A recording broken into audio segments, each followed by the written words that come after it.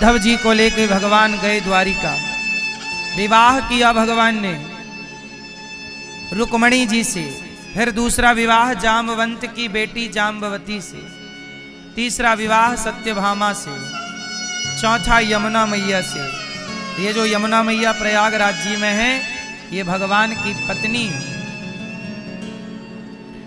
पांचवा विवाह उज्जैन में मित्रविंदा से, छठवां विवाह भगवान का सत्या के साथ हुआ, सातवां विवाह भगवान का भद्रा के साथ और आठवां विवाह लक्ष्मणा के साथ।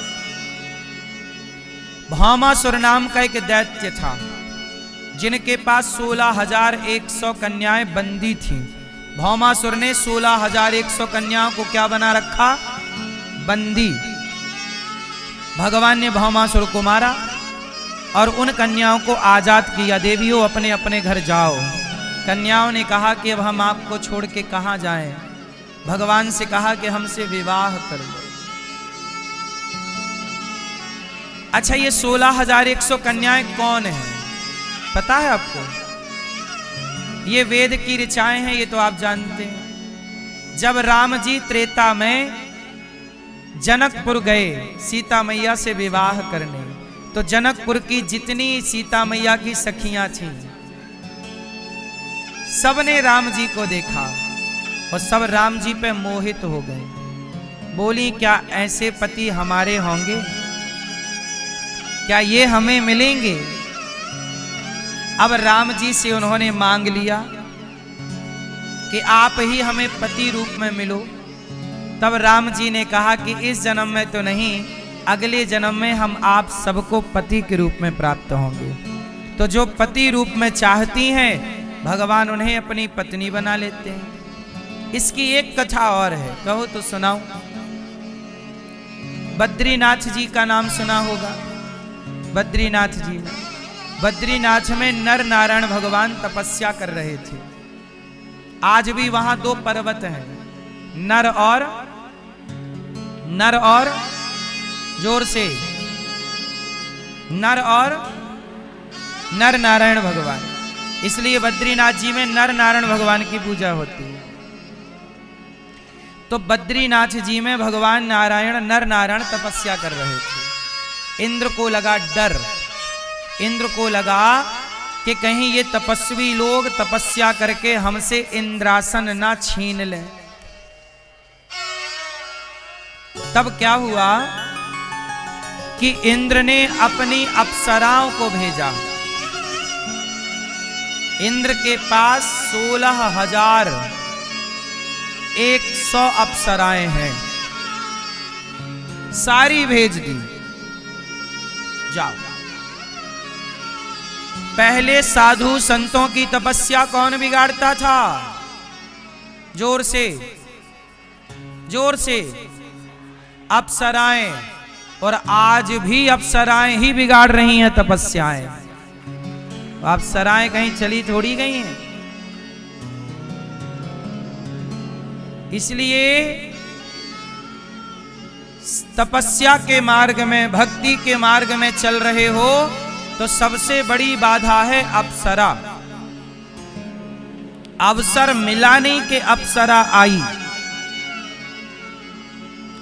आजकल लड़के लोग पढ़ रहे हैं तो पढ़ाई के दौरान ही उन्हें कोई अप्सरा मिल जा रही है और उसी अप्सरा के चक्कर में उनका अवसर खत्म हो जाता है। हाँ या ना? लड़के कम नंबर लाते हैं, लड़कियां ज्यादा नंबर लाती हैं, क्योंकि लड़के अप्सराओं में उलझ जाते हैं। और सुन लो लड़कों, अप्सराओं ने साधु संतों की तपस्या बिगाड़ दी तो तुम्हारी पढ़ाई बिगाड़ना कौन सी बड़ी बात है? इन अप्सराओं के लिए, इन अप्सराओं से बचोगे तो ही अपने लक्ष्य तक पहुंचोगे। और यदि इन अप्सराओं में उलझ गए तो ना घर के रहोगे ना। विश्वामित्र जी का नाम सुना होगा। विश्वामित्र जी चले तपस्या करने, बड़े संत, इतने बड़े विश्वामित्र जी जिन्होंने राम को लेकर के गए थे अयोध्या जी से, विश्वामित्र महामुनि ज्ञानी।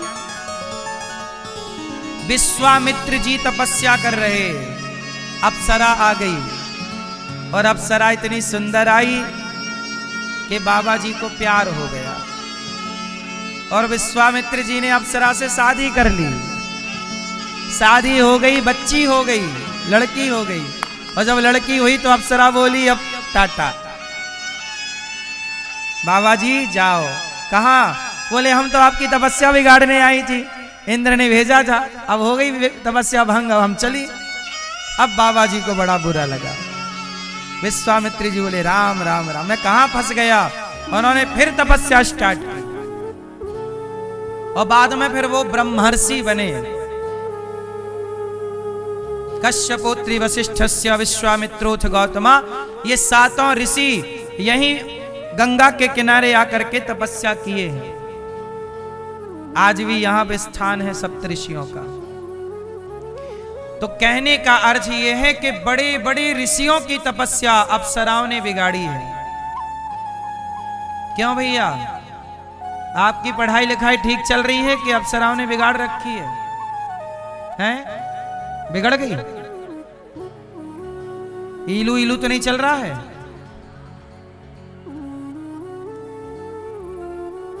इसलिए मेरी मां, मेरे नौजवान दोस्तों, अब सुनो, नर नारायण भगवान कर रहे तपस्या। इंद्र ने भेज दी 16,100 अप्सराएं, जाओ बिगाड़ो इनकी तपस्या। भाई सबली सारी भेज दी कि एक पर मोहित नहीं होंगे, दो पर नहीं होंगे, इतनी सारी किसी पर तो होंगे। तो भगवान नारायण के पास गई अप्सराएं और वहां जाके वो बैठ गई, अपना वही प्रपंच चालू हो गया, नाचना और नृत्य करना। भगवान की आंखें खुली तो भगवान ने देखा कि बहुत सारी सुंदर सुंदर स्त्रियां हैं, अप्सराएं हैं। भगवान समझ गए कि इंद्र ने भेजा। अच्छा, अप्सराएं सबको बिगाड़ सकती हैं, भगवान को थोड़ी बिगाड़ सकती हैं। भगवान ने उन अप्सराओं से कहा देवियों आप लोग जाओ। तब भगवान ने अपनी जांघ से ऐसे किया तो एक अप्सरा भगवान की जंघा से प्रकट हो गई। उर्वशी, उर्वशी नाम की जो अप्सरा है, जो सबसे सुंदर है, भगवान ने जंघा से प्रकट की और बद्रीनाथ जी में प्रकट की और नर नारायण में जो नारायण है उन्होंने प्रकट की। और जब उनको देखा तो ये सारी जो 16,100 अप्सराएं थी सब लज्जित हो गईं कि ये तो हमसे भी सुंदर है। और भगवान के तो जंघा ऐसे करें तो ऐसी अप्सराएं करोड़ों निकल जाएं। तुम क्या उनको तपस्या बिगाड़ोगी, क्या उनको भ्रमित करोगी? तब उन कन्याओं ने शरणागति ग्रहण की। प्रभु हम आपकी दासी हैं, हमें स्वीकार कीजिए। माना कि आप प्रभु हैं, लेकिन आप हमें अच्छे लगे हैं, हम आपकी तपस्या नहीं बिगाड़ना चाहती, लेकिन अब हम आपको पति के रूप में स्वीकार करना चाहती हैं। सारी कन्याओं ने क्या कहा कि हम आपकी पत्नी बनना चाहती हैं। अब भगवान बोले हम तो तपस्या कर रहे हैं, तुम्हारी इच्छा पूरी कैसे करें? पर भगवान इच्छा पूरी ना करें तो भी गलत है। तब भगवान बोले कि तुम अभी स्वर्ग जाओ, हम द्वापर में जब कृष्ण अवतार लेंगे तब तुम सारी अप्सराओं से हम विवाह करेंगे। और वही तब की अप्सराएं सतयुग की, द्वापर में तब भगवान कृष्ण ने सबसे एक साथ विवाह किया और टोटल विवाह हो गए 16,100। ये सब भगवान ने उधारी चुकाई है। सतयुग त्रेता द्वापर की उधारी, सतयुग त्रेता द्वापर कलयुग की उधारी, द्वापर के उस कालखंड में भगवान ने सबकी चुकाई। इसलिए भगवान की इतनी सारी पत्नियां। अब लोग पूरी कथा नहीं जानते, इस युग उस युग की कथाएं नहीं जानते, तो लोग कहते हैं कि भगवान ने इतने ब्याह क्यों कर लिए, भगवान ने इतने ब्याह क्यों कर लिए। अरे वो भगवान है, तुम्हारे बाप में दम है तो तुम भी कर लो। तुमसे हो जाए तो तुम भी 16,000 कर लो। एक में ही तो तुम रो रहे हो, एक तो संभल नहीं रही है। दो चार आ जाएंगी तुम खर्चे ही ना उठा पाओगे कपड़े लत्ते का। बोलो हाँ। और करनी है शादी आपको? बोलो नहीं। एक में ही आदमी पंचर हो गया। भगवान है ऐश्वर्यस्य समग्रस्य धर्मस्य यश शास्त्री ज्ञान वैराग्य और चैव शरणाम भगितीर्ण। भगवान किसे कहते हैं? जिनमें अनंत गुणों से संपन्न भगवान हो, यश हो, कीर्ति हो, वीर्य हो। भगवान के 16,108 पत्नियां हैं और हर रानी के गर्भ से एक बेटी और 10-10 बेटे हुए हैं। अब बताओ तुम्हारे कितने बेटे हैं? 2। क्यों 2 हैं? 4 होने चाहिए, 6 हो। हाँ, हमारे यजमान जी हैं, इनके 11 बेटे हैं और 2 बेटियां हैं, है ना मैया? 11 छोरा गिनो, 1 2 3 4 5 6 7 और 2 बेटियां।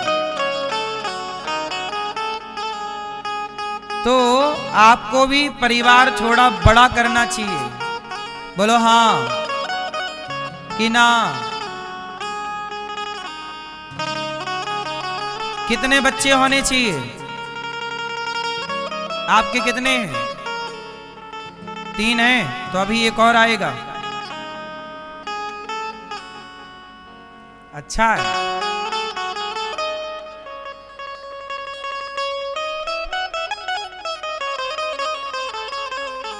चार बच्चे तो कम से कम हों।